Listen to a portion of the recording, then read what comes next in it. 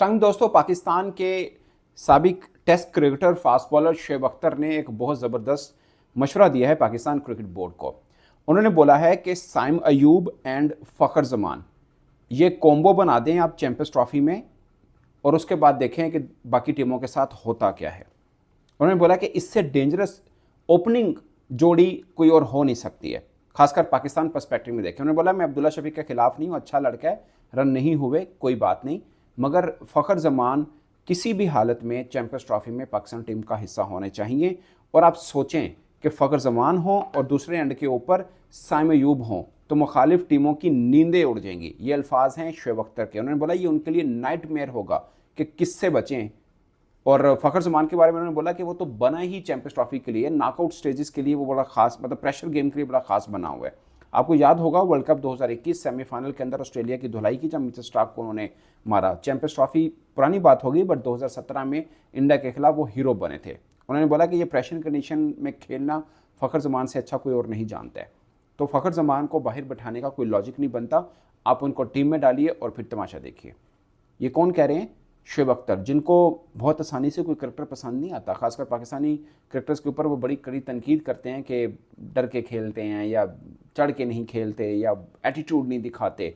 वो फ़खर जमान के फ़ैन हैं।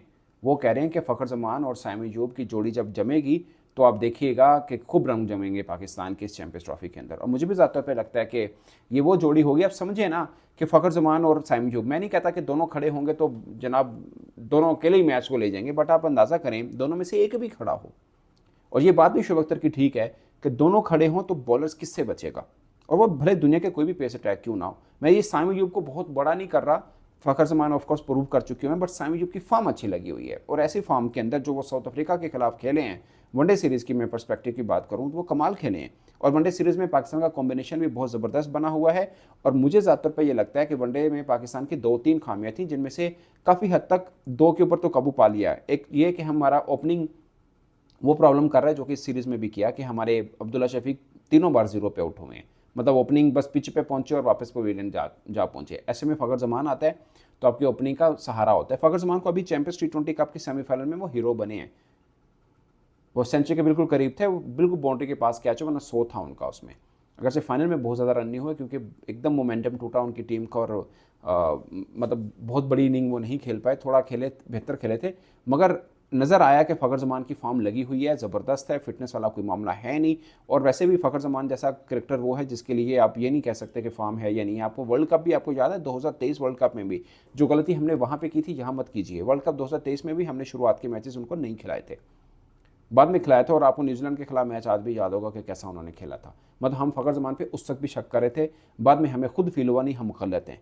और अब ये मत कीजिए। अब चैंपियंस ट्रॉफी है, जो इश्यूज़ थे मुझे लगता है कि फ़खर जमान ने भी जो लेटेस्ट, मैंने ही बल्कि उनका इंटरव्यू किया था, उन्होंने बोला कि मैंने पीसीबी के ऊपर तनकीद नहीं की, मैंने तो सिंपल ये उन साबिक क्रिकेटर्स को कह रहा था जो समझ रहे हैं कि बाबर आजम को टीम में नहीं होना चाहिए। मैं तो सिर्फ उनको एड्रेस किया, मैं कोई क्रिकेट बोर्ड की पॉलिसी के खिलाफ नहीं बोला, मैं तो उनका मुलाजिम हूँ, मैं कैसे उनके खिलाफ जा सकता हूँ। और मुझे लगता है कि क्रिकेट बोर्ड के जो बड़े हैं वो भी समझ चुके हैं कि बाबर जो फ़खर जमान है, खासकर उन्होंने जब ये कहा कि मुझे ये नहीं करनी चाहिए ट्वीट, तो वो समझ चुके हैं क्रिकेट बोर्ड के फ़खर जमान अब मतलब जो मामला था वो काफ़ी सॉल्व हो चुका है। वो अपनी अगर गलती भी है तो वो अपनी मान चुके हुए हैं। तो चीज़ें अब आगे बढ़नी चाहिए। और खासकर चैंपियंस ट्रॉफी के ऊपर हमारा सबसे बड़ा मसला ओपनिंग कब बने, और इसमें फ़खर जमान आते हैं तो सब चीज़ें ठीक हो जाती हैं।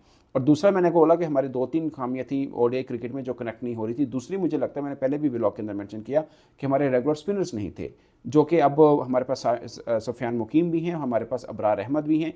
दोनों अभी नए हैं, बहुत कुछ प्रूव करना है इनको, मगर साथ में सलमान आगा भी हैं। और फिर हमारे पास साइम अयूब के ऑप्शन भी है, अगरचे मैं इस चीज़ के खिलाफ हूँ कि उनको आप 4 ओवर से ज़्यादा लेके जाएं, क्योंकि रीड हो जाएंगे।